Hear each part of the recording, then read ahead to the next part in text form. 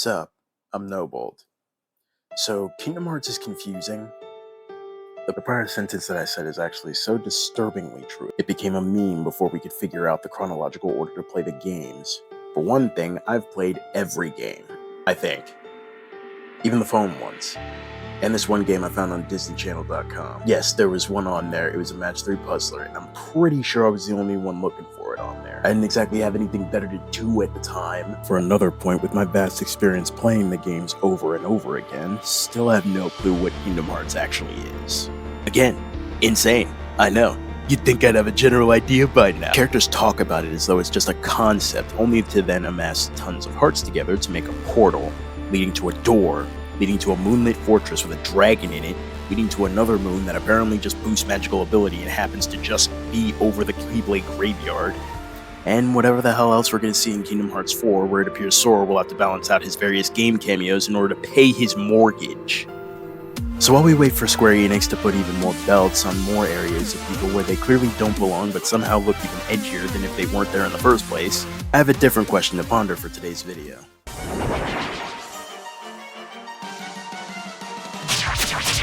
So if you live in the world of the Disney, Final Fantasy, Pixar, Darkness Light, Be Key people, you're minding your own business, like a good person of the various species should in these worlds. You happen to get attacked and fall to a dark denizen, unfortunately. What happens to you then? Every bad thought you ever had, every negative emotion in its various forms, and all of your bad actions that you feel bad about doing, coalesce into an entire being devoid of any negative feelings associated with said emotions. A being of mindless rage and furious movement with one goal in mind other than survival. Procreation. Relax. Heartless kinda only do a few things.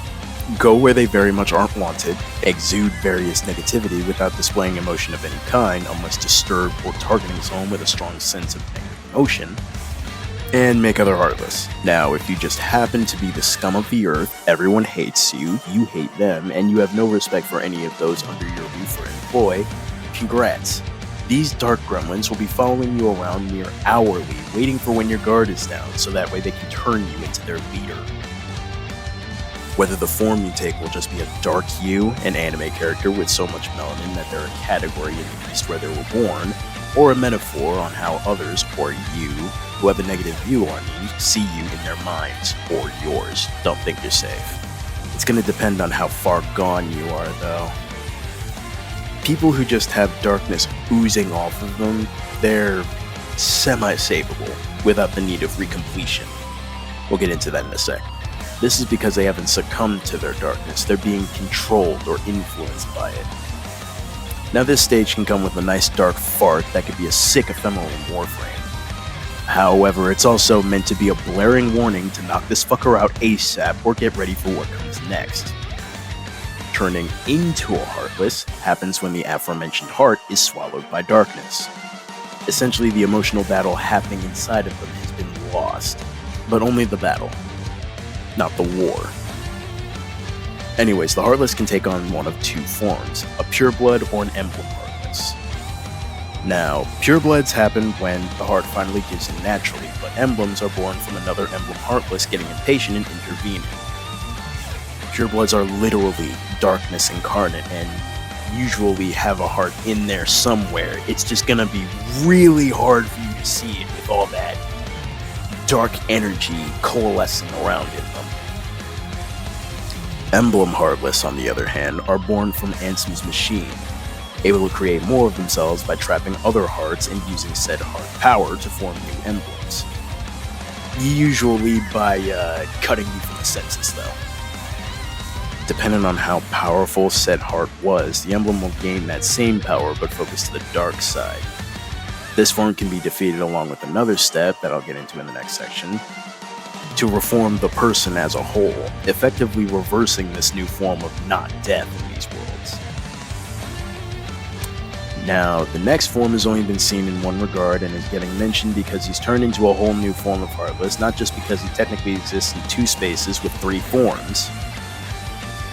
Ansem the Seeker of Darkness is one of the biggest narrative fuck yous the game can spit at you. So, bear with me here. Ansem SOD is the Heartless of this guy, who then becomes powerful enough to become Riku's Heartless, possess and take control of him, harness every negative emotion he holds into some kind of power that makes it so that he'll never leave Riku's heart, die and come back more times than Willie Afton of Fredina's nightclub. These several boss fights where people are originally convinced that it's all in Lay Head, only for another important character to show up, perceive, and assist in the fight, and be one of the most confusing Heartless types to track in the entire game. So in actuality, Ansem looks like this. Or at least the Seeker of Darkness does. The Tumblr anime sexy man form only happens when this has possessed someone completely and decides that its cover's been blown. This Heartless is the only humanoid Heartless in all of existence.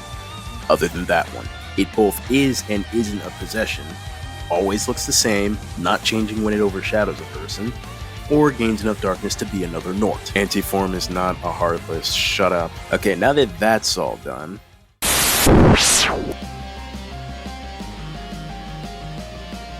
oh hey, something I'm actually a bit more knowledgeable about. Nobodies are the empty husks left behind when a Heartless forms. I like to think when a Heartless forms, they're the unused emotions and other power sources that the body's full of. Makes sense since dusts are the basic grunt nobody and they can get annoying to deal with when you run into a troop of them. They're capable of emotions, yet lack the capacity to know where these emotions come from and how best to exemplify them. Like knowing that you have a specific weird meme on your phone, but having no memory of putting it there, where it came from, or who made it, because you know for a fact that you did not cobble this thing together. Yet whenever you ask around and ask others, they swear that you're the one who created this thing. Hence they're missing that emotive drive, it being violently ripped away in a split. Their forms are all rather misshapen, yet humanoid in nature. Most of the time. Be the Heart Mighty like a fully EV'd level 99 Alolan Raichu, then nobody will retain a human form, even wielding a weapon similar to that of the person when they were still kicking. The exact inverse of a Heartless, as this is the remaining bit of the soul that hasn't fallen to anything, remaining adrift. These guys are all relegated to the organization since Mansex collects all the strongest empty hearts for his army. Nobodies are the plot lean-in to the Final Fantasy roots, as most of them are named after the classes and jobs from those games, even being molded or specced up ability-wise toward this meme. These enemies aren't really depicted as making more of themselves. Granted, in the game, we mostly kind of just muddle about until the player shows up. We lack any source of saying that we can feel whatsoever. Despite this, nobodies are capable of higher thought and memory. Hence, we can remember what it was like to be whole and have emotions, which opens up various other doors, since that's like admitting that this being is basically nothing but unbridled, vaguely guided bundles of memories that lack the capacity to have real reason behind their more driven actions.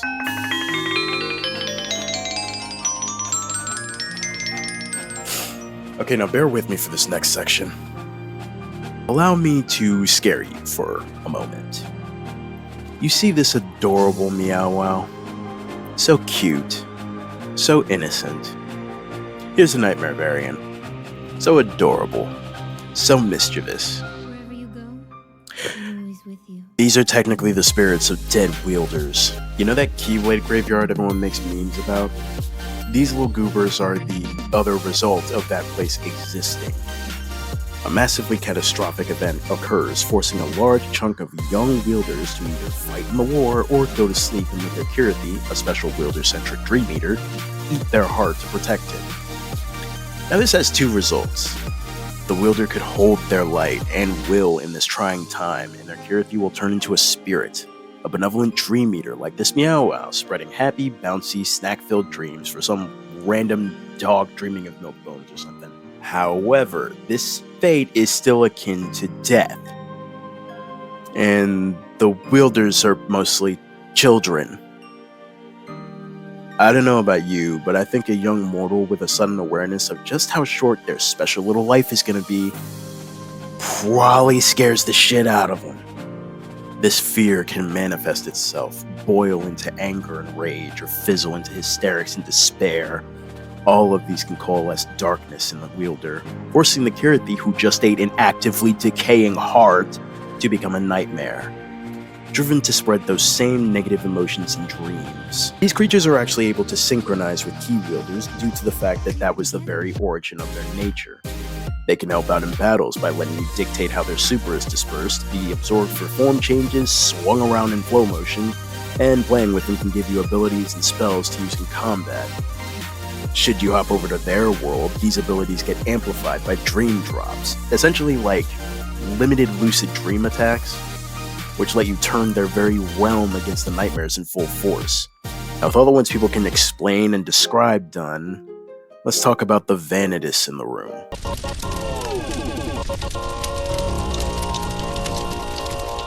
Okay, so where the fuck did this elephant come from? So this is the wild card of the KH enemy landscape, in my opinion. Mostly because there's an in-universe character who's responsible for their creation and procreation of these beings. Spoilers, it's vanitas. These beings in-game are literally defined as those who are not well versed in their existences, and are meant to act as the opposite of human life.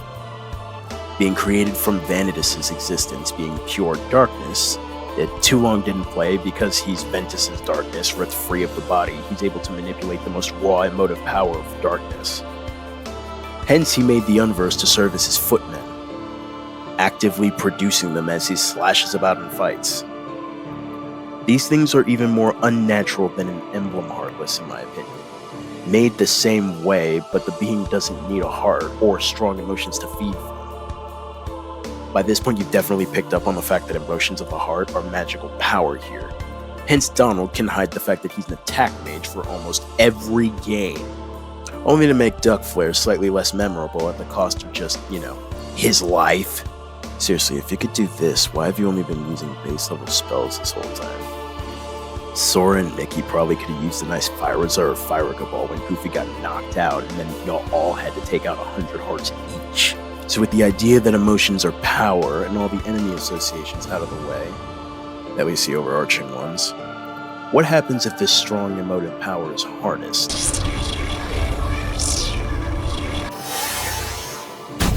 So there are normal weapons in these worlds, but since I'm not here to catalog the sheer EDF levels of weaponry that could exist in this series, instead let's talk keys. Keyblades are weapons used by key wielders to expel hearts from Heartless and lock or unlock worlds to free them from inanimate slumber, seal them away from darkness, or open them up to travel betwixt these worlds. These keys can be affected by keychains attached to the hilt by the user, letting them summon a familiar keyblade they gained access to from other wielders, or use more than one key for the benefits they come with. Should these wielders be able to not only sync with each other in battle, but also in mindset, they'll be able to wield each other's keyblades. They also gain style changes that allow them to augment what their keyblade is, depending on the form and how it's created. This is excluding form changes, which also change how the wielder does their swishing. Their clothes become thematically appropriate. Their magic gets a pretty big buff as well. Not just in the form of casts costing less, but some magic casts will be free for them to use in the middle of a physical combo. There are only a few known form changes, and they pale in comparison to what the style change can do, let alone what Sora has now demonstrated in KH3. It's cool to wield 2 keys and all, but being able to use 6? Or turning my broadsword type weapon into a fuck you length longsword that has a weight equivalent to a boxing class and a My Little Pony character? Like, who cares about magic bolts when I can be so fast as fuckboy that my wind lets me levitate? With only a moderate level of skill and no actual feats to their name, a wielder can honestly have some insane ability, all of which is tied to their emotive and battle state. This is leaving out the fact that these things can turn into vehicles too. But I want to propose something to you. Something kind of crazy, but less crazy than you would think. Something that I'm surprised I haven't seen in the fanverse yet, considering I exist there.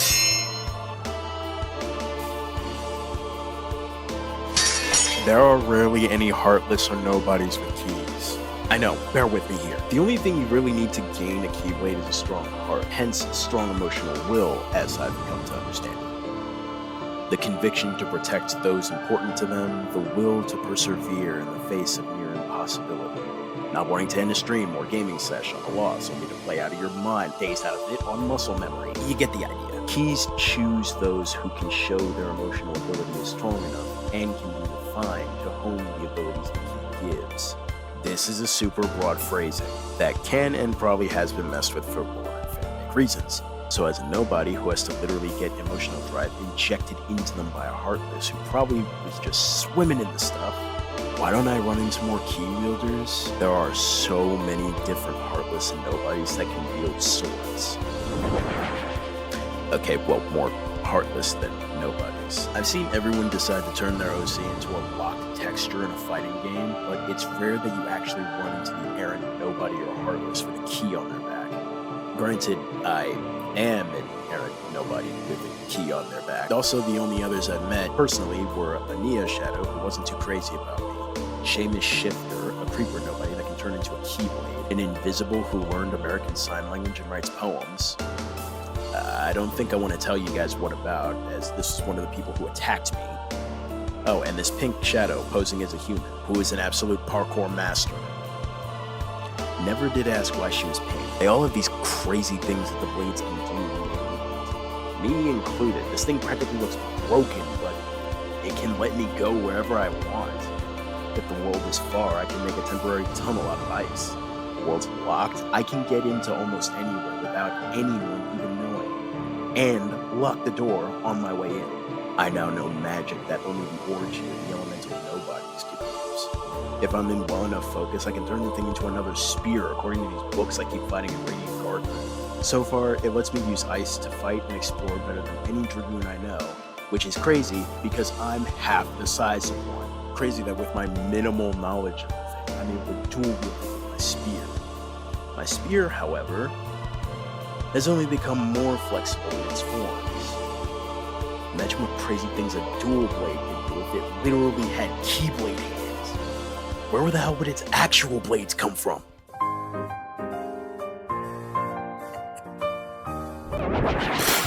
What's a Heartless? What's darkness? I don't understand what the heart is. I don't understand what darkness is. It's because you only have a taste of it whirling. The lizard kebab decides to traverse the world with his false key in that damned ear bag, and now he's the expert on all things dark and empty. It's so comedic, I can't laugh.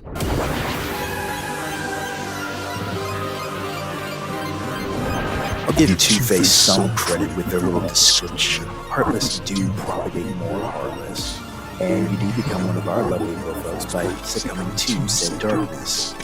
Everybody knows that the darkness is all scary because some scientist and his rat student who isn't even a hype noble said so. Well, yes, most Heartless exist to spread themselves. We're more than just monstrous beings who love to make more of ourselves. Darkness holds more than that fake man can even begin to comprehend. His real counterpart almost hates to admit it. Hatred, sadness, denial, fear, all the antithesis of the normal things associated with the light. Love, acceptance, peace, happiness. These are all just the baser ones, though. The heart is capable of more than just undirected emotion. Drive for power, lust for control, a need to instill or justify order and chaos. All of these don't just make darkness ooze from someone, they fuel those baser emotions. If one has a drive to control a society or a situation, it's not all too uncommon for that person to grow a hatred for oppressors. Maybe feel pity for the like-minded and familiarly oppressed. Maybe those emotions coalesce together, and that spite becomes fuel for much darker deeds, leading to denial of wrongdoings, or lust for this feeling to never go away. This is when you start getting into the fun things that darkness can do. Hell, y'all think we're all evil, yet I've met a few aware Heartless who have some rather bright darkness in comparison to mine. Being consumed with love, overwhelmed by freedom, or even snapping to the dark from being burdened with knowledge. All those boring things that make a Heartless basically a slightly brighter shade, bordering on a hue, and making them actually want to speak to all of you weirdos. You know, provided you can keep the key swinging in check for a damn second. Speaking of swinging, the things your emotions can make darkness do are wild, to say the least. The Gecko practically left out a rather important segment by not at least talking about how emotions make spells happen too. Boiling fury, chilling stoicism, even thundering righteousness can be weaponized by anyone who can manage a mana pool. Notice I didn't say anything bad. Should their emotions be pulling from someplace a bit darker, fury, stoicism, righteousness, again, not bad. Let's say rage, annoyance, or even just a strong enough pity well, they might be able to harness that feeling for dark magic. Stronger versions of spells that can cause massive damage for so much as grazing anyone unfortunate enough to be the target or in their path of fire. Just as they should, one can begin to change their shape should they gather or make enough darkness. Hence why Riku turned into another Ansem, and why I'm still Neo Shadow Shade, but they need to play the mobile game to know what I am. Which I'm not going to tell you. One's darkness can even be affected by outside sources. There's an entire realm of it after all. Plus it's all over the realms between, which in order to travel through, you need to either be a dark being, have armor specifically for this reason, and or a vehicle also specifically for this reason. Otherwise, you'd end up dosing yourself with a rather concentrated bath of darkness regularly, and this can build over time. This well of darkness can manifest itself in those who stray from the darkness. Like your favorite human urchin, Sora. He has a nicely evolving darkness all to himself, not just from having turned himself into a shadow so adorably pathetic I would have captured and kept him as a pet. Each time he goes through something fucked, that darkness grows strong. Granted, so has his light. So much so, I wouldn't be surprised if the two were in bed together metaphorically in his heart. Hell, it's big enough for them to have a damn ice cream party with whatever fragments of Ventus, Roxas, and Shion are in there.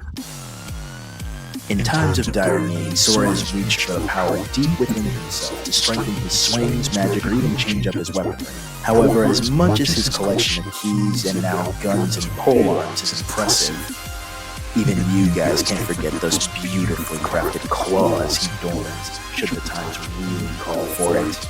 Enshrouding oneself in darkness is almost nothing to the two light boys now. Riku had his battle suit, Sora has his claws and key fragments, and others, well, they have the Heartless themselves. The usage of darkness for spells and armor creation was honestly explosive when it was introduced. Dark transformations, dark fire, harnessing the void through sheer turmoil, and even being ignored by or telling the Heartless what to do. If you have so much darkness in your heart that other beings made out of the feelings that you cast upon others want to be around you and not harm you, it's already far too late. We don't need to turn you anymore. These people are practically a broken water main of darkness to us. People always talk about summoning Heartless and how we listen to people who are super close to the dark. Yeah, because that's basically a person who likes making us from scratch and feeding our realm. What exactly would you do if your friend randomly started running with life energy? Making it so that standing next to him makes it so that you don't feel like you need any of those vices you have, or makes you forget about any and all shortcomings you probably didn't even know you were doting on. Because I don't know about you or me, but most people who feel pretty damn good about that life energy thing would probably want to spend more time around that person. Probably want to be around them a lot more often. All the time. Probably want to do things to move their lives around that person so they can be around them all the time. Darkness begets more darkness. But as bleak and scaly as the darkness can be, it has some power over the light, and unfortunately vice versa. Wherever someone shines a light, a shadow draws near. Someone could try their damnedest to keep a light strong and powerful, and it turns the void of deeds they've done swallow and whole to try and protect it. The two are inseparable in these worlds, and as much as some key wielders may be shunned for their minimal control over their small darkness, those light-bathed goody-goodies could be harnessing the biggest dark pool of them all. Thanks for listening. This is more or less what I've gathered from all the time I've spent with this damn key on my hip and on my back, wherever else I decide to put it. My musings aren't law, as I very clearly am not Nomura, and also have taken my key off of my back and left it on a shelf to gather dust. Doesn't seem like he wants to explain these concepts either, though. At first this was going to end off with just some random footage or some image I scrawled together, and then I realized that nobody really described darkness in full.